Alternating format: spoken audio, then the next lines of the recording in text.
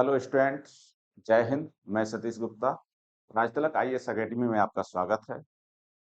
जहाँ तक बात करें राजतलक आईएएस एकेडमी की, तो 1 जुलाई 2025 से ऑनलाइन और offline MPPSC pre plus mains के लिए बैच शुरू किया गया है। तो ये जो संस्थान है, इसको शुरू करने का उद्देश्य सिर्फ इतना है कि जो बच्चा इंदौर जैसे शहर में आकर के तैयारी नहीं कर पा रहा है और वो घर बैठ कर के तैयारी कर रहा है कुछ इकोनॉमिक वजह से, तो उसको बेहतर तरीके से उसका गाइडेंस किया जाए।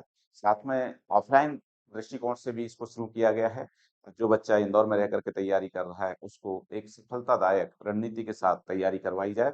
तो एमपीपीएससी, अगर हम प्री प्लस मेंस की बात करें, तो नया सिलेबस जारी हुआ है और कोई भी सिलेबस तैयार करने से पहले, कोई भी तैयारी करने से पहले उसके बारे में जानना आवश्यक होता है। जैसा कि आपको पता है कि एमपीपीएससी 2024 और 25 में जिस तरीके का एग्जाम हुआ, पैटर्न थोड़ा कठिन हो रहा है और उस पैटर्न को बेहतर तरीके रणनीति के साथ 80 प्लस क्वेश्चन आपके सही हों, 160 मार्क्स के साथ आप सिलेक्शन प्राप्त करें, उससे बेहतर तरीके से आप तैयारी करने के दृष्टिकोण से इस ऑनलाइन प्लेटफॉर्म के रूप में मैं सतीश गुप्ता राजतिलक आईएएस एकेडमी इंदौर के माध्यम से आपको ऑनलाइन सुविधा उपलब्ध करा रहा हूं, ताकि आपका गाइडेंस बेहतर तरीके से हो जाए। तो एमपीपीएससी के न्यू सिलेबस के अंतर्गत मध्य प्रदेश को काफी वेटेज दिया गया है। मध्य प्रदेश के लगभग 40 से 45 क्वेश्चन पूछे जा रहे हैं। यानी कि अगर हम प्रीलिम्स की बात करें, तो प्रीलिम्स में 40 से 45% एमपी का रोल है। तो एमपी को हमें बेहतर करना होगा अगर हमें सफलता चाहिए। और मेरी यहाँ पर कोशिश ये है कि आपको 40 से 45 क्वेश्चन आ रहे हैं, अगर 45 क्वेश्चन आ रहे हैं तो 42 से 43 क्वेश्चन आपके सही निकलें, या आपके 40 क्वेश्चन आ रहे हैं तो 37 से 38 क्वेश्चन आप बेहतर निकाल तरीके से आप सही लगा सकें। तो उस दृष्टिकोण से गहराई से नॉलेज देने की कोशिश है। क्योंकि अभी तक जितने भी एग्जाम होते थे, तो उसकी खासियत ये होती थी कि सुपरफिशियल नॉलेज आता था, किताब से तैयार हो जाता था। ठीक है? लेकिन अब थोड़ा गहराई से क्वेश्चन पूछ रहा है। क्वेश्चन पूछने की उसकी प्रकृति भी चेंज हुई है। प्रकृति की बात करें, तो न केवल वो यूपीएससी पैटर्न पर जा रहा है, बल्कि यूपीपीसीएस जो पैटर्न है उत्तर प्रदेश पीएससी का, उस पैटर्न पर कथन कारण में क्वेश्चन पूछना, सुमेलन में क्वेश्चन पूछना, इसके अलावा बात करें जो सुमेलन के साथ-साथ जिस तरीके से वो है, नहीं है, इस टाइप के कथन 1 सही है, कथन 2 सही है, इस टाइप के क्वेश्चन पूछना। तो ऐसे क्वेश्चन पूछ रहा है और यहाँ पर हमारी आवश्यकता हो जाती है कि हम उस तरीके से तैयारी करें कि बेहतर तरीके से हम आपको इसको एक गाइडेंस उपलब्ध करा सकें। तो वही कोशिश इसके माध्यम से है। तो मध्य प्रदेश पीएससी का जो प्री का सिलेबस है, जिसमें लगभग 4 से 5 यूनिट एमपी से रिलेटेड दी गई हैं, तो उनके बारे में जानें। और मेरी कोशिश रहेगी इस ऑनलाइन प्लेटफ़ॉर्म के माध्यम से कि सुबह मॉर्निंग में 8:30 से लेकर के 9:30 बजे के बीच आपको बेहतर गाइडेंस उपलब्ध कराया जाए और बेहतर गाइडेंस उपलब्ध कराने के दृष्टिकोण से ये सिलेबस जिस तरीके का है, उसको गहराई से आपको समझाया है। तो नए सिलेबस में मध्य प्रदेश सामान्य अध्ययन के रूप में जिस तरीके से उन्होंने सिलेबस डिज़ाइन किया है और उससे रिलेटेड क्वेश्चन आपको देखने को मिलेंगे। तो पहला टॉपिक जोड़ा है उन्होंने मध्य प्रदेश के इतिहास की महत्वपूर्ण घटनाएँ, ठीक है? प्रमुख राजवंश। मध्य प्रदेश की महत्वपूर्ण ऐतिहासिक घटनाएँ। अब इतिहास की बात करें, तो इतिहास देखा जाए तो 3 स्वरूपों में हमें देखने को मिलता है: प्रागैतिहासिक काल, एक आद्य ऐतिहासिक काल और ऐतिहासिक काल। ठीक है? तो प्रागैतिहासिक काल हमारा मध्य प्रदेश आज का नहीं है। मध्य प्रदेश हमारा प्राचीन भूखंड है, क्योंकि मध्य प्रदेश का जो निर्माण हुआ है, वो गोंडवाना लैंड भू संहिता से हुआ है। तो न केवल ये पुराना स्थल खंड है, बल्कि देखा जाए तो आदि मानव की क्रीड़ा स्थली कहलाता है। तो क्रीड़ा स्थली कहलाता है, तो आदि मानव की जीवनचर्या से संबंधित जो स्थल हमारे मध्य प्रदेश में पाए जाते हैं, जैसे भीमबेटका की गुफाएँ हैं, हथनौरा है, इसके अलावा बात करें तो डांगबाला, नवदा टोली, तो ऐसे स्थलों के बारे में आपसे पूछा जा सकता है। ठीक है? वहीं बात करें आद्य ऐतिहासिक काल, तो जैसे कायथा है, बेसनगर है, भरहुत है, तो ये स्थल आद्य ऐतिहासिक काल के कहलाते हैं। यानी कि कहने का मतलब ये कि जब बात करें जो सिंधु घाटी सभ्यता का समय था, तो उस समय हमारे मध्य प्रदेश की स्थिति क्या थी? मध्य प्रदेश में कौन-कौन से स्थल थे जहाँ पर एक आदि मानव रहा करता था? जैसे बात करें आदमगढ़ है, तो इस तरीके के स्थलों के बारे में जानकारी, कायथा के बारे में जानकारी। तो ये टॉपिक आपका मेंस में भी जुड़ा है, तो यहाँ पर हमारी कोशिश आपके साथ ये रहेगी कि हम ना केवल एमपीपीएससी प्री के दृष्टिकोण से जीएस को पढ़ें, बल्कि मेंस के दृष्टिकोण से भी पढ़ें। तो कोशिश यहाँ पर ये है, देखिए मेंस और प्री की अलग से तैयारी नहीं होती है। जो मेंस का टॉपिक होता है, मेंस का जो सिलेबस होता है, मेंस का जो हम कंटेंट पढ़ते हैं, उसी में जो इम्पोर्टेंट फैक्ट होता है, वो प्री का फैक्ट हो जाता है। तो यहाँ पर कोशिश ये है कि प्री प्लस मेंस दोनों के दृष्टिकोण से आपको समझाया जाए, और रणनीति ये भी है कि एक दिन आपको कंटेंट के रूप में, आपको टॉपिक के वाइज एनालिसिस के रूप में समझाया जाए, और दूसरे दिन यानी कि दूसरे लेक्चर में मॉर्निंग में इस पर प्रैक्टिस के रूप में क्वेश्चन आपसे पूछे जाए, क्वेश्चन पर डिस्कस किया जाए, कि आपकी तैयारी एक स्लोली तरीके से, सतत तरीके से आपकी उस लेवल तक पहुंचे। देखिए अभी वर्तमान समय में देखा जाए तो हम देख रहे हैं कि मध्य प्रदेश में 2024 में 110 वैकेंसी आई, उसके बाद 2025 में 158 वैकेंसी आई। तो कहीं न कहीं बच्चों में निराशा का भाव है। पहली बात तो ये निराशा का जो भाव है, उसको त्यागना होगा, और अगर आप वाक़ई एमपीपीएससी की तैयारी करना चाहते हैं और 2026 को टारगेट करना चाहते हैं, तो अभी से हमें तैयारी करना होगी। देखिए कारण ये है कि जब विज्ञापन आएगा तब तो सभी तैयारी करते हैं, लेकिन जो पहले से तैयारी शुरू करेगा, तो फिर वो कहीं न कहीं बेनिफिशियल रहता है। 2-3 महीने, 4 महीने की तैयारी में ये तैयारी बेहतर नहीं हो पाती है, और कहीं न कहीं बच्चा 1-2 क्वेश्चन से रुक जाता है। लेकिन अगर वो सतत तरीके से, क्योंकि कारण ये है कि जब हमारे पास एक समय लंबा होता है, तो ऐसी स्थिति में हम एक-एक टॉपिक को बहुत गहराई से चर्चा करते हुए, उसको डिस्कस करते हुए, पढ़ते हुए, अध्ययन करते हुए उस तरीके से आगे बढ़ते हैं, और ये जब 7-8 महीने की तैयारी, साल भर की तैयारी अच्छी हो जाती है, तो ये परिणाम में बदलती है, सफलतादायी परिणाम में बदलती है। तो उसी दृष्टिकोण से मेरी कोशिश ये है कि मॉर्निंग में 8:30 से 9:30 आपको लाइव आऊँगा, ठीक है? और ज़्यादातर कोशिश ये रहेगी लाइव आने की, लेकिन कई बार ये होता है कि टेक्निकल इश्यू की वजह से, कई बार लाइट डिस्टर्बेंस होने की वजह से लाइव क्लास डिस्टर्बेंस होती है। देखिए कारण ये है कि ये पूरा इलेक्ट्रिकल टेक्निकल तरीके से है, तो बिल्कुल भी चिंता ना करें। मेरी कोशिश रहेगी कि आपको क्लास का बंक ना हो, बल्कि कंटिन्यूटी के रूप में रहे। तो अगर किसी दिन जैसे मान के चलिए लाइव नहीं हो पा रहा है, वैसे कोशिश यही कि 8:30 से 9:30 बजे के बीच आपको लाइव उपलब्ध कराई जाए क्लास, लेकिन नहीं हो पा रहा है तो आपको रिकॉर्डेड वीडियो मिलेगा। मतलब मैं जब भी नाइट आएगी, तब उसको रिकॉर्डेड करके आपको उसी दिन प्रोवाइड करने की कोशिश की जाएगी। तो कुल मिला के बात ये है, क्योंकि कंटिन्यूटी, निरंतरता और लगातार प्रैक्टिस, ये 2 सबसे बड़े हथियार होते हैं किसी भी लक्ष्य को प्राप्त करने के लिए। उसी दृष्टिकोण से ये यूट्यूब चैनल पर, राजतलक आईएएस अकेडमी पर ये क्लास शुरू की जा रही है। तो सबसे पहली बात तो आप यूट्यूब पर राजतलक आईएएस अकेडमी है, उसको सब्सक्राइब करें, बेल आइकन पर बटन दबाएँ, ताकि आपके पास और सबसे पहले ये वीडियो पहुँचे, और इन वीडियो के माध्यम से आप अपनी तैयारी को घर बैठे भी बेहतर तरीके से कर सकते हैं, या आप लाइब्रेरी में बैठे हैं या रूम पर तैयारी कर रहे हैं। तो अगर आप डेली का 1 घंटे, देखिए कारण ये है कि 40 से 45 क्वेश्चन पूछे जा रहे हैं, यानी कि लगभग 40 से 50% एमपी का योगदान है। तो एमपी में एक तो स्टूडेंट, बहुत सारे स्टूडेंट्स ऐसे होते हैं कि इसको इजी वे में लेते हैं कि ठीक है एमपी है और बहुत कुछ जानते हैं, किताबों से पढ़ लेंगे, 1 घंटे भी पढ़ेंगे तो हो जाएगा, ठीक है? और इस मानसिकता से आपको निकलना होगा। पहले था कि मतलब सुपरफिशियल आप पढ़ते थे, हो जाता था आपका काम, लेकिन अब क्वेश्चनों की अगर गहराई देखेंगे, तो मैं ये नहीं कह रहा हूँ कि आपसे बुक से क्वेश्चन नहीं बनेंगे, बुक से क्वेश्चन बन जाएँगे, ठीक है? लेकिन कारण ये है कि अगर 40 क्वेश्चन पूछे गए हैं, तो आपके 25 क्वेश्चन बन रहे हैं, 28 क्वेश्चन बन रहे हैं, और लगभग कहना चाहिए 35-37 क्वेश्चन नहीं बन रहे हैं, तो उसके लिए क्लास आवश्यक है, क्योंकि यहाँ पर गहराई से समझाया जाएगा। और मैं अपने बारे में बता दूँ, तो मेरा नाम सतीश गुप्ता है, और लगभग 20 सालों से एमपीपीएससी में पढ़ाता रहा हूँ, और 200 से अधिक स्टूडेंट्स हैं, जो टीसी से लेकर के विभिन्न पदों पर, विभिन्न जिलों में अपनी प्रशासनिक सेवा के रूप में सेवा दे रहे हैं, डीसी, डीएसपी के रूप में, नायब तहसीलदार के रूप में। तो एक लंबा अनुभव है। तो बहुत सारी स्थिति ये रही कि मतलब जो मेरा अनुभव रहा, तो उसके आधार पर प्री, मेंस और इंटरव्यू तीनों फेस पर आपको बेहतर तरीके से आपको क्लास उपलब्ध कराऊँ, और किताबें भी लिखी हैं, बुक्स भी लिखी हैं, और प्रमुख संस्थानों पे यहाँ पर कार्य करता रहा हूँ। तो एक अनुभव है। कारण ये है कि इस समय एक ऐसा स्थिति बन रही है कि बच्चा ज़्यादातर कहना चाहिए लाइब्रेरी में बैठ के तैयारी कर रहा है, या घर चला गया, 2-3 साल यहाँ पर रहा, यहाँ की इकोनॉमिक जो स्थिति है, उसकी इकोनॉमिक स्थिति है वो इंदौर के खर्चे से मैच नहीं कर पा रही थी, तो मजबूरीवश चला गया है।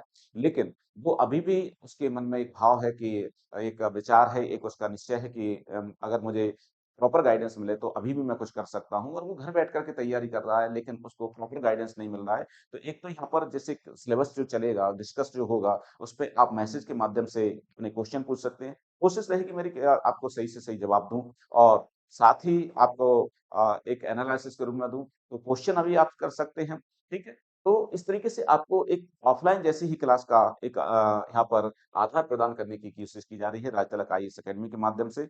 अब हम चर्चा कर लेते हैं कि जो एमपीपीएससी का टॉपिक आया है, इसमें किस तरीके से वो क्वेश्चन पूछ सकता है। तो जैसे मैंने बताया कि मध्य प्रदेश के इतिहास की महत्वपूर्ण घटना है। तो इतिहास की महत्वपूर्ण घटना है, जैसे मध्य प्रदेश का गठन है, वो भी अपने आप में ऐतिहासिक हो जाता है क्योंकि 1 नवंबर 1956 को जो मध्य प्रदेश का गठन हुआ, तो स्थापना दिवस के रूप में मनाया जाता है।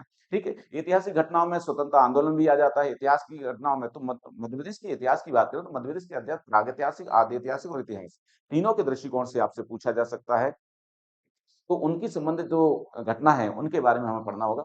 साथ में लिखा है प्रमुख राजवंश, तो हमारे मध्य प्रदेश में देखा जाए तो भारत का जो क्रमिक इतिहास रहा है, वो 6ठी शताब्दी ईसा पूर्व से रहा है। तो ऐसा नहीं कि हमारा मध्य प्रदेश नहीं था, जो 16 महाजनपद थे, तो उसमें 2 महाजनपद हमारे मध्य प्रदेश के भी थे, अवंती और चेदी। तो अवंती में उस समय कौन था? जैसे मगध की बात करें तो मगध में हर्यंक वंश का शासक बिंबिसार था, तो हमारे मध्य प्रदेश के जो मध्य प्रदेश क्षेत्र था उस समय, जो वर्तमान में मध्य प्रदेश है, वो उस समय 16 महाजनपदों का हिस्सा हुआ करता था। तो अवंती और चेदी महाजनपद थे। तो अवंती जो उज्जैनी जिसकी राजधानी थी, तो उसके उस समय शासक महासेन वंश के चंद्रप्रद्युत थे। तो वहां से लेकर के 1948 तक के जितने भी राजवंश रहे हैं, उनके संदर्भ में वो आपसे किसी तरीके का क्वेश्चन पूछ सकते हैं। तो आवश्यक हो जाता है कि हम उनको गहराई से पढ़ें। यानी कि कहने का मतलब ये कि उस समय से मतलब 6ठी शताब्दी ईसा पूर्व से, यानी कि महासेन वंश से लेकर के फिर मौर्य वंश, फिर प्रथम शताब्दी के लगभग जो गढ़विल वंश रहा है, जिसके प्रतापी शासक रहा है राजा विक्रमादित्य, फिर गुप्त वंश रहा है। तो भले ही भारत के ये शासक रहे हैं, भारत के में प्रमुख साम्राज्य के रूप में रहे मौर्य वंश और गुप्त वंश, और ये भारत पर शासन किया है विशाल साम्राज्य के रूप में। तो भारतीय इतिहास में पढ़ते हैं, लेकिन मध्य प्रदेश में स्थिति क्या रही? जैसे समुद्रगुप्त की बात करें, समुद्रगुप्त तो उस समय नागवंश का शासक था, जिसका नाम मिलता है भीमनाग। उसको पराजित किया था, विदिशा का शासक कहलाता था। तो उसके संदर्भ में हमें पढ़ना पड़ेगा। इसी तरीके से उस समय के 4ठी-5वीं शताब्दी के जो शासक राज्य क्षेत्र हैं, जैसे औलिकर वंश रहा है दसपुर का। इसी तरीके से बघेलखंड रीवांचल क्षेत्र में उच्चकल वंश रहा है, परिव्राजक वंश रहा है बुंदेलखंड का, उनके बारे में पढ़ना पड़ेगा। फिर पुष्यभूति वंश के शासक राजा हर्षवर्धन ने हमारे मध्य प्रदेश में शासन किया है। उन्हीं के समय हमारा जो सिंहस्थ महाकुंभ है, उसका एक व्यवस्थित तरीके से आयोजन होने लगा था। तो इस तरीके की जानकारी हमें ध्यान रखना होगा। साथ में परमार वंश ऐतिहासिक राजवंश रहा है, राजा भोज परमार वंश से रिलेटेड रहे हैं।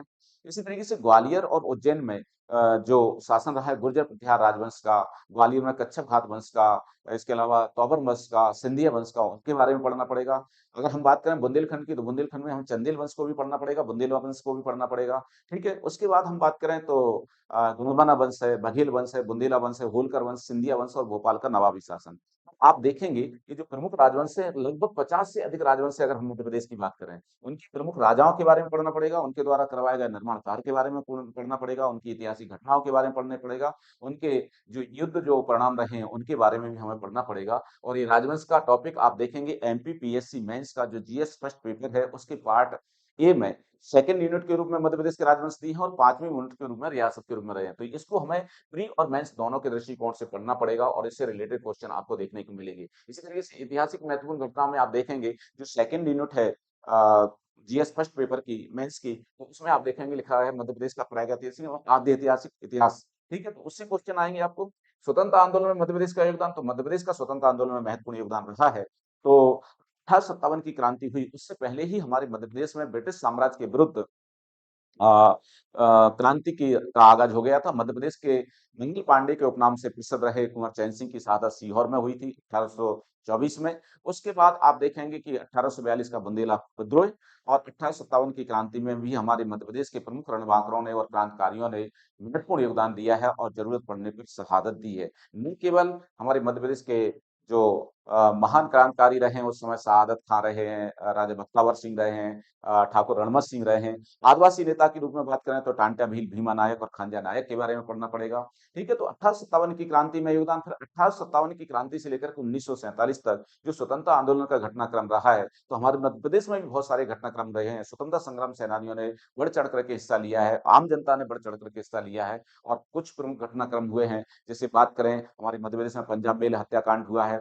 ठीक है, चरणपाद का नरसंहार हुआ है। इसके अलावा बात करें तो जंगल सत्याग्रह हुआ है, झंडा सत्याग्रह हुआ है, ठीक है। भारत छोड़ो आंदोलन में भी महत्वपूर्ण योगदान रहा है, तो वो पूरा रीवा का चावल आंदोलन हो गया, ये सब घटनाक्रम हमें पढ़ना पड़ेगा, उनसे जुड़े हुए स्वतंत्रता संग्राम सेनानियों के बारे में हमें पढ़ना पड़ेगा। मध्य प्रदेश की प्रमुख कला एवं स्थापत्य कला, तो मध्य प्रदेश की कला के विभिन्न प्रारूप होते हैं। प्रारूप के अंतर्गत विभिन्न प्रकार के अंतर्गत लोक नृत्य आ जाते हैं, लोक नाट्य आ जाते हैं, लोक संगीत आ जाते हैं, शास्त्रीय संगीत आ जाते हैं, ठीक है। विभिन्न तरीके की लोक गायन शैलियाँ आ जाती हैं, तो ये सभी के बारे में हमें पढ़ना पड़ेगा। चित्रकला, शिल्प कला सभी हमें पढ़ना पड़ेगा। साथ ही निर्माण कार्य से जुड़ी हुई स्थापत्य कला और वास्तुकला। तो वास्तुकला के प्रमुख पक्ष मध्य प्रदेश में, ये टॉपिक मेंस में जुड़ा हुआ है। स्थापत्य कला के रूप में जो भी निर्माण कार्य है, जैसे गुप्त काल से हमारे मध्य प्रदेश में मंदिरों का उल्लेख मिलता है, ऐतिहासिक इमारतें हैं, ऐतिहासिक महल हैं, उनके बारे में भी हमें पढ़ना पड़ेगा। मध्य प्रदेश की प्रमुख जनजातियां, मध्य प्रदेश जनजाति बाहुल राज्य है। आज भी हमारे मध्य प्रदेश में 21%, 100 में से 21.1% जनजाति जनसंख्या निवास करती है। तो मध्य प्रदेश में लगभग तो 43 जनजातियां नोटिफाइड हैं। इनमें से 10-12 जनजातियां प्रमुख हैं। जैसे मध्य प्रदेश की सबसे बड़ी जनजाति हो जाती है भील जनजाति, दूसरे नंबर पर गौंड जनजाति, सहरिया, कोल, कोरकू, इनके बारे में पढ़ना पड़ेगा। विशेष पिछड़ी हुई जनजातियों के बारे में भी हमें पढ़ना पड़ेगा। उनसे संबंधित बोलियां, तो जो जनजाति समुदाय बोली बोलते हैं, जैसे गौड़ी, ठीक है, गौड़ जनजाति की बोली है, तो ये राजकीय भाषा भी रही है गोंडवाना रियासत की। तो गौड़ी जनजाति में किस शब्द को क्या बोला जाता है, जैसे वो एक दूसरे को कोहिनूर कह करके पुकारते हैं। कोहिनूर का मतलब होता है बनमानस, तो वो एक दूसरे को संबोधित करने के लिए कोहिनूर शब्द का इस्तेमाल करते हैं। ऐसे ही माता पिता के लिए के शब्द इस्तेमाल किए जाते हैं। माता के लिए गौड़ी बोली में क्या बोला जाता है, पिता के लिए गौड़ी बोली में क्या बोला जाता है। तो ऐसे भी क्वेश्चन हमें देखने को मिलेंगे, उनकी शब्दावली से संबंधित क्वेश्चन है इस टॉपिक से रिलेटेड आ सकते हैं। मतलब इसके प्रमुख त्योहार, तो मध्य प्रदेश देखा जाए तो लघु भारत के रूप में जाना जाता है। भारतीय संस्कृति की जो विशेषता है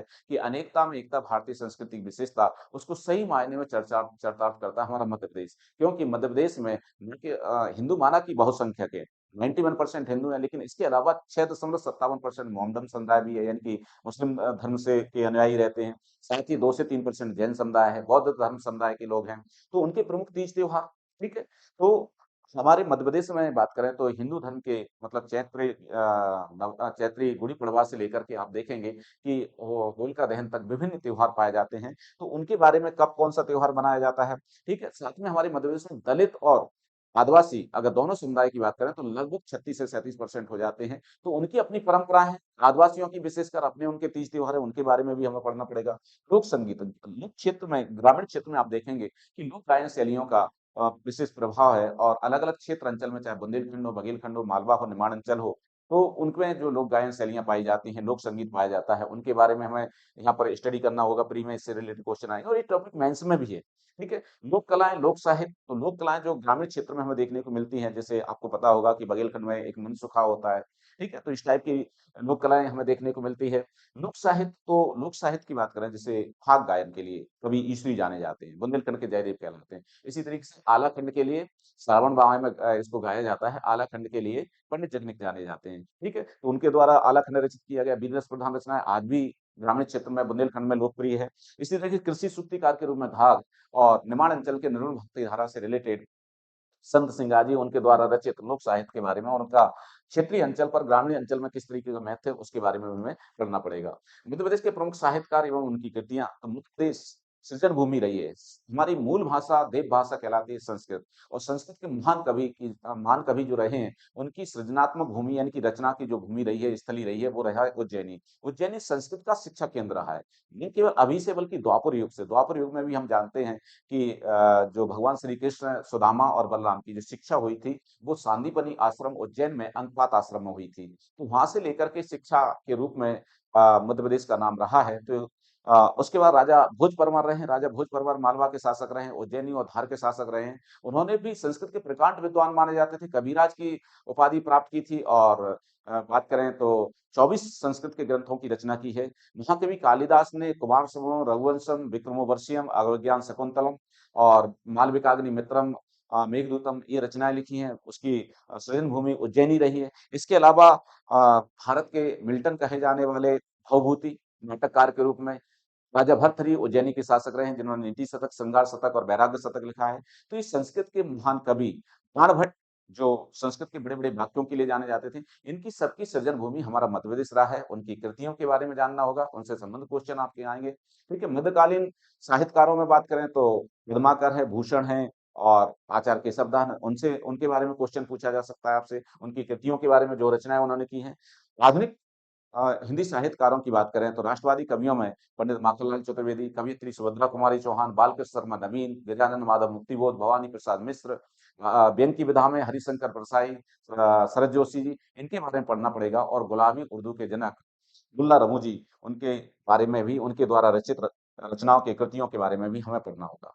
मध्य प्रदेश में विश्व धरोहर स्थल, तो यूनेस्को अंतर्राष्ट्रीय संस्था है और हमारे मध्य प्रदेश के कई प्रमुख स्थलों को उसने अपनी सूची में शामिल किया है। पहला स्थल हमारा मध्य प्रदेश का खजुराहो के मंदिर कहलाता है, जो 1986 में स्थापित किया गया। उसके बाद सांची का स्तूप 1989 में, 2003 में भीमबेटका को भी सूची में शामिल किया गया है। अभी कोरोना काल के समय आप देखेंगे ग्वालियर दुर्ग को और ओरछा शहर को, इसके अलावा लमेटा सीरीज को भी नॉमिनेट किया गया है। तो उन सभी के बारे में हमें पढ़ना पड़ेगा, उनसे संबंधित क्वेश्चन आपसे पूछे जा सकते हैं। मध्य प्रदेश के प्रमुख जनजातीय व्यक्तित्व, तो मध्य प्रदेश के प्रमुख जनजातीय व्यक्तित्व, मध्य प्रदेश जनजाति बाहुल रहा है, यहाँ पर स्वतंत्रता संग्राम सेनानी भी रहे हैं, तो यहाँ पर शिल्प कला से जुड़े हुए भी जनजातीय महान व्यक्तित्व रहे हैं, जिन्होंने न केवल देश में बल्कि विदेशों में भी अपना नाम चर्चित किया है। तो यहाँ पर क्रांतिकारियों के रूप में हमें कांटा भील, भीमा नायक, खांजा नायक, सीताराम कबर के बारे में पढ़ना होगा। वहीं चित्रकला के रूप में बात करें तो पिथौरा भित्ति कला के लिए पेमा फाल्या, ठीक है। उसके अलावा गौड़ी चित्रकला की बात करें जनगण सिंह श्याम,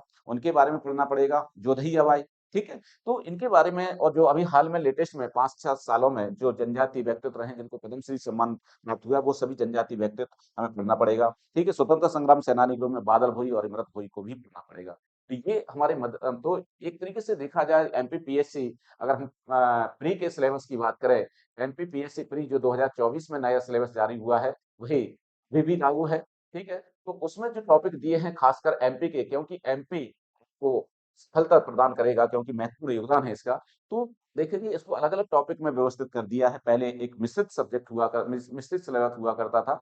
मध्य प्रदेश का इतिहास, संस्कृति और साहित्य, ये पहली यूनिट में रखा गया है। उसके बाद आप देखेंगे कि अगर हम बात करें तो जो दूसरी यूनिट है, तो और इसके टॉपिक न केवल प्री में है बल्कि मेंस में भी है। तो हमारी कोशिश ये रहेगी इसमें कि प्री के दृष्टिकोण से हम सुबह एक डिस्कस कर, ठीक है, अल्टरनेटिव रूप से, जैसे एक दिन डिस्कस हुआ, दूसरे दिन इस पर ऑब्जेक्टिव के क्वेश्चन पूछे जाएँ कि आपकी प्रैक्टिस हो सके। और इनसे संबंधित आपको मेंस के भी आंसर तैयार करना होंगे, 2 मार्कर के रूप में, 7 मार्कर के रूप में, 10 मार्कर के रूप में, जिस तरीके से क्वेश्चन का फॉर्मेट है। तो इसी से संबंधित ये टॉपिक ना केवल प्री में है बल्कि मेंस में है। तो प्री प्लस मेंस की अभी तैयारी हम कर सकते हैं। जब प्री का विज्ञापन आ जाएगा, तो उस समय हम मेन रूप से प्री पर फोकस करेंगे।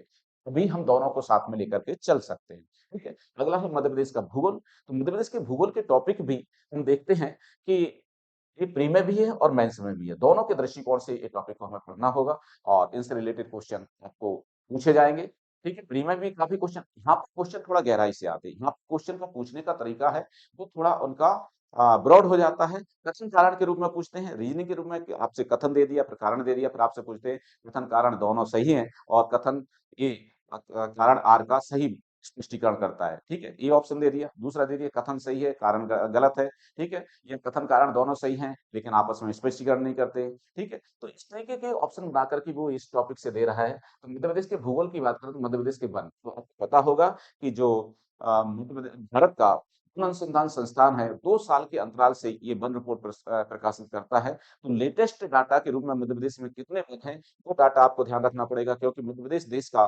सर्वाधिक वनाच्छादित राज्य है। तो यहाँ से संबंधित क्वेश्चन आपसे पूछे जा सकते हैं। वनोपज, तो वनोपज के रूप में हमारे मध्य प्रदेश में इमारती लकड़ी के रूप में सागवान की लकड़ी होती है। इसके अलावा साल की लकड़ी रेलवे स्लीपर के लिए काम आती है। कर्रा बहेड़ा प्राप्त होते हैं, बहुत सारे जड़ी बूटियां प्राप्त होते हैं, ठीक है। इसके साथ ही बात करें तो तेंदूपत्ता वगैरह प्राप्त होते हैं। तो ये सब वनोपज के रूप में आते हैं। वनोपज कितना क्या क्या होता है, इनका राष्ट्रीयकरण, बांस बांस भी हमारे मध्य प्रदेश में तो राष्ट्रीयकरण भी हुआ है, जैसे तेंदूपत्ता का और बांस का, तो उसके बारे में भी क्वेश्चन यहाँ से निकल करके आते हैं। नदियां, तो मध्य प्रदेश को नदियों का मायका कहा जाता है। मध्य प्रदेश में बात करें तो 200 से अधिक नदियों का उद्गम है और इसलिए इसको नदियों का मायका कहा जाता है, जिसमें इंडिया वाटर पोर्टल रिपोर्ट पर भी 134 नदियां तो रजिस्टर्ड हैं। तो नदियां कौन कहाँ से प्रभावित हो रही हैं, कौन सा तटवर्ती नगर इस पर बसा हुआ है, इसकी सहायक नदियां कौन सी हैं, इस टाइप के क्वेश्चन हमें नदियों से रिलेटेड पूछा जाएगा। भारत की सबसे प्राचीन और मध्य प्रदेश की सबसे बड़ी नदी नर्मदा नदी हमारे मध्य प्रदेश से उद्गम होती है, तो उसके बारे में उसकी भी अपने आप में 41 नदियां हैं, जिसमें 39 हमारे मध्य प्रदेश से में सहायक होती हैं और 2 गुजरात में होती हैं। उनके बारे में हमें पढ़ना पड़ेगा। पहाड़ियां और पठार, तो पहाड़ियों के अंतर्गत हमारे मध्य प्रदेश में मुख्यतः 2 पर्वत श्रृंखलाएं हैं। नर्मदा के उत्तर में विंध्याचल पर्वत श्रृंखला और दक्षिण में सतपुड़ा मैकाल श्रेणी। तो नर्मदा के उत्तर में जो विंध्याचल पर्वत श्रृंखला है, उसके भी अपनी कुछ पहाड़ियां हैं, श्रृंखलाएं हैं, जैसे कैमूर की श्रेणी, ठीक है, भांडेर की श्रेणी, ठीक है, इसी तरीके से मांडू की पहाड़ियां, ठीक है। तो जो पहाड़ियां हैं, सद्भावना चोटी, तो इनके बारे में पढ़ना पड़ेगा। वैसे ही दक्षिण में पूर्वी सतपुड़ा, पश्चिमी सतपुड़ा के अंतर्गत जो जैसे कालीभीत की पहाड़ियां, ठीक है, महादेव श्रेणियां, इन सभी के बारे में पढ़ना पड़ेगा और गहराई से पढ़ना पड़ेगा। यहाँ से क्वेश्चन निकल करके आते हैं। कठार, कठार को देखा जाए तो उच्च मध्य प्रदेश के रूप में 3 भागों में बाँटा गया है। ओवरऑल 7 पठार हो जाते हैं। तो जैसे मालवा का पठार, बुंदेलखंड का पठार, मध्य भारत का पठार, रीवा पन्ना का पठार, बघेलखंड का पठार, नर्मदा सोन घाटी और सतपुड़ा मैकाल श्रेणी। तो इनकी भी गहराई से हमें जानकारी हासिल करना पड़ेगा कि इनकी उच्चावच स्थिति कैसी है, ठीक है, जलवायु कैसी है, ठीक है, कितना एरिया है। जलवायु, हमारे मध्य प्रदेश की जलवायु मानसूनी जलवायु है। मानसूनी जलवायु है तो किस प्रकृति की है, उस तरीके से ऋतुओं का प्रभाव किस तरीके से रहता है, तापमान की स्थिति उत्तर मध्य प्रदेश में, दक्षिण मध्य प्रदेश में क्या रहती है, वर्षा की स्थिति क्या रहती है।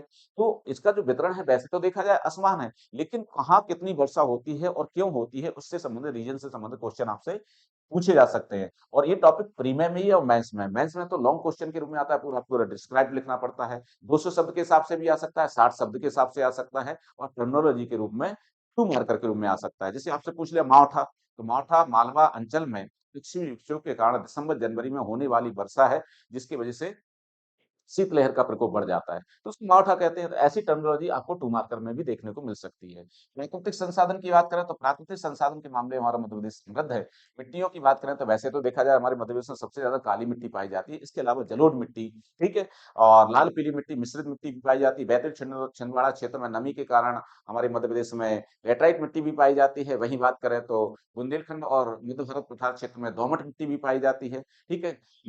नदियों के किनारे कछारी मिट्टी पाई जाती है। तो उनकी अपने आप में क्या केमिकल कंपोजिशन है, क्या इंपॉर्टेंस है, किस तरीके की प्रकृति होती है, उनके संबंध प्रमुख खनिज संसाधन। तो मध्य प्रदेश देश के 8 समृद्ध खनिज संसाधन में शामिल है, समृद्ध राज्यों के में आता है और उत्पादन के दृष्टिकोण से तीसरा स्थान है। तो मध्य प्रदेश में आज भी छत्तीसगढ़ अलग होने के बावजूद भी आज भी लगभग 23 प्रकार के खनिजों का उत्खनन होता है, जिसमें हम हीरा के मामले में तो एकाधिकार प्राप्त है, सर्वाधिक हमारे मध्य प्रदेश से हीरा का उत्खनन होता है। इसी तरीके से तांबा में भी उत्पादन में हम इस समय टॉप पर बने हुए हैं। तो मध्य प्रदेश में कहाँ कौन सा अयस्क के रूप में धातु मिलती है या खनिज मिलते हैं, उनसे संबंधित क्वेश्चन यहाँ से आते हैं और ये टॉपिक प्री में भी है और मेंस में भी। मेंस में भी आप देखेंगे कोयला से लेकर के तांबा, बॉक्साइट, चूना पत्थर, रॉक फॉस्फेट, डोलोमाइट, इस टाइप से क्वेश्चन पूछता रहा है। तो ये टॉपिक दोनों के दृष्टिकोण से एक क्वेश्चन इसमें से जरूर आता है, ठीक है। प्री में भी एक क्वेश्चन आता है, मेंस में भी आता है। प्रमुख फसलें, मेरा मध्य प्रदेश कृषि आधारित अर्थव्यवस्था वाला है, तो मध्य प्रदेश में कौन कौन सी प्रमुख फसलें होती है, नकदी फसलों के रूप में, जायद फसलों के रूप में, खरीफ फसलों के रूप में, ठीक है, कितना एरिया होता है, तो उनसे संबंधित क्वेश्चन आपको आ सकते हैं। मध्य प्रदेश में गेहूं का उत्पादन, मध्य प्रदेश में सोयाबीन का उत्पादन, इस टाइप दलहन उत्पादन, इस टाइप के क्वेश्चन पूछे जाते हैं। बैंक में भी और प्री में भी इससे रिलेटेड क्वेश्चन आते हैं। जल संसाधन, तो जल संसाधन की बात करें तो जल संसाधन हमारे मध्य प्रदेश में नहरों के रूप में, कुआं के रूप में, बात करें तो हैंडपंप के रूप में, ट्यूबवेल के रूप में, तालाब के रूप में, इस तरीके के जल संसाधन की सुविधा पेयजल और सिंचाई साधनों के लिए उनसे संबंधित क्वेश्चन आपसे पूछे जाएंगे। सिंचाई और सिंचाई परियोजनाएं, ठीक है, सिंचाई का रकबा किस तरीके से बढ़ाया जा रहा है, इसकी योजनाएं कौन कौन सी चल रही है, बहुउद्देशीय परियोजना विभिन्न नदियों पर निर्मित की गई है, उनसे रिलेटेड क्वेश्चन आपसे पूछे जाएंगे। जैसे नर्मदा की बात करें तो नर्मदा पर ही लगभग 30 परियोजनाएं काम कर रही है, निर्माणाधीन है इस समय, ठीक है। ऊर्जा के पारंपरिक स्रोत तो जैसे डीजल है, केरोसिन है, पेट्रोल है, ये ऊर्जा के परंपरागत स्रोत है, ठीक है। कोयला है, कोयला से ताप विद्युत बनती है, ये परंपरागत स्रोत है। इसके अलावा गैर परंपरागत ऊर्जा स्रोतों में अभी बढ़ावा दिया जा रहा है, जैसे सोलर एनर्जी, ठीक है। तो सोलर एनर्जी के लिए कहाँ-कहाँ संयंत्र लग रहे हैं और कितनी क्षमता है, इस टाइप के क्वेश्चन पूछे जाते हैं। पवन ऊर्जा यानी कि विंडो मतलब कहा जाए तो पवन ऊर्जा, इस टाइप के कहने चाहिए क्वेश्चन आपसे पूछे जाते हैं। मध्य प्रदेश के प्रमुख होते हैं, तो मध्य प्रदेश में उद्योग की बात करें तो उद्योग के मामले से उतना ज्यादा बेहतर नहीं है, लेकिन अभी वर्तमान में काफी प्रयास हो रहे हैं इसको लेकर के। तो यहाँ पर बात की जाती है कि मध्य प्रदेश में उद्योगों की स्थिति क्या है, तो मध्य प्रदेश में केंद्र सरकार द्वारा भी सार्वजनिक क्षेत्र के उपक्रमों को स्थापित किया गया है। ठीक है, कुछ राज्य सरकार द्वारा स्थापित किए गए हैं। इसके अलावा कृषि आधारित उद्योग, खनिज आधारित उद्योग और वन आधारित उद्योग, ये उद्योग भी हमारे मध्य प्रदेश में काम कर रहे हैं, तो उनसे संबंधित प्रमुख डाटा आपसे पूछे जाएंगे। जनसंख्या वृद्धि, मध्य प्रदेश में 1901 से लेकर के 2011 तक 110 वर्षों में कितनी जनसंख्या वृद्धि हुई है और जनसंख्या वृद्धि का अलग अलग क्षेत्र में क्या प्रभाव रहा है, उस तरीके के क्वेश्चन यहाँ से आएंगे। वितरण किस तरीके का हमारे मध्य प्रदेश में, तो शहरी क्षेत्र में और जहाँ कृषि अच्छी होती है वहां पर वितरण सघन है, और जहां पर वनीय क्षेत्र है, उच्चावच की स्थिति, वहां वितरण विरल है। तो उस तरीके के क्वेश्चन आपसे पूछा है। घनत्व, ठीक है, कहाँ कितनी जनसंख्या रह रही है, नगरीकरण शहरीकरण किस तरीके से हमारे मध्य प्रदेश होगा, उससे रिलेटेड क्वेश्चन आपसे पूछे जा सकते हैं। आगे चर्चा करते हैं। तो मध्य प्रदेश में संवैधानिक व्यवस्था, तो मध्य प्रदेश में संवैधानिक व्यवस्था की बात करें तो देखिए इसको हम कह सकते हैं मध्य प्रदेश की पॉलिटी। मध्य प्रदेश की पॉलिटी इसको कह सकते हैं। तो मध्य प्रदेश तो पॉलिटी जो इंडियन पॉलिटी है उसी का हिस्सा है एक तरीके से देखा जाए, लेकिन राज्य स्तर पर हमारे मध्य प्रदेश में किस तरीके से संवैधानिक प्रावधान है और संवैधानिक पदों पर कौन कौन से लोग बैठते हैं और किस तरीके का प्रारूप संरचना के रूप में है, तो उस तरीके से तो मध्य प्रदेश की संवैधानिक व्यवस्था में राज्यपाल, यहाँ पर राज्यपाल तो देखिए राज्यपाल की व्यवस्था संवैधानिक है, संविधान के आर्टिकल में इसका प्रावधान किया गया है। ठीक है, उसके बाद आप देखेंगे कि संविधान के रूप में प्रावधान किया गया है। और मध्य प्रदेश में प्रथम राज्यपाल कौन रहे, सर्वाधिक कार्यकाल वाले राज्यपाल कौन रहे, अभी वर्तमान में राज्यपाल कौन है, तो इस तरीके के क्वेश्चन आपको पूछे जा सकते हैं। तो इनको ध्यान रखना होगा, सभी राज्यपाल के बारे में पढ़ना पड़ेगा। मंत्रिमंडल, तो वर्तमान में जो मुख्यमंत्री हैं डॉक्टर मोहन यादव, उनका मंत्रिमंडल, तो केंद्रीय मंत्रिपरिषद में, मंत्रिमंडल में कौन कौन शामिल है मंत्रिपरिषद में, उनके बारे में पढ़ना पड़ेगा। विधानसभा, हमारे मध्य प्रदेश का विधानसभा भवन कब बना, ठीक है, विधानसभा अध्यक्ष कौन है, उपाध्यक्ष कौन है, विधानसभा में सदस्यों की संख्या कितनी है, ठीक है, या जो नवीनतम अभी विधानसभा का चुनाव हुआ पिछले साल, तो उसके संदर्भ में क्वेश्चन की मतलब वहां से रिलेटेड कोई क्वेश्चन आपसे आज पूछा जा सकता है। उच्च न्यायालय, तो हमारे मध्य प्रदेश का उच्च न्यायालय की स्थापना कब हुई, ठीक है, मुख्य न्यायाधीश, प्रथम मुख्य न्यायाधीश कौन थे, सर्वाधिक कार्यकाल वाले मुख्य न्यायाधीश कौन थे, वह वर्तमान में मुख्य न्यायाधीश कौन है, टोटल न्यायाधीशों की संख्या हमारे हाई कोर्ट में कितनी है, इसकी खंडपीठ कितनी है, इस तरीके के क्वेश्चन यहाँ से रिलेटेड आ सकते हैं। इसके बाद मध्य प्रदेश में त्रिस्तरीय पंचायती राज और नगरीय प्रशासन व्यवस्था, तो मध्य प्रदेश में त्रिस्तरीय पंचायती राज व्यवस्था की बात करें तो स्थानीय स्वशासन, ये टॉपिक आपका प्री में भी है और मेंस में भी है, और दोनों तरीके से ये क्वेश्चन आपसे पूछा जा सकता है त्रिस्तरीय पंचायती राज और नगरीय व्यवस्था के रूप में।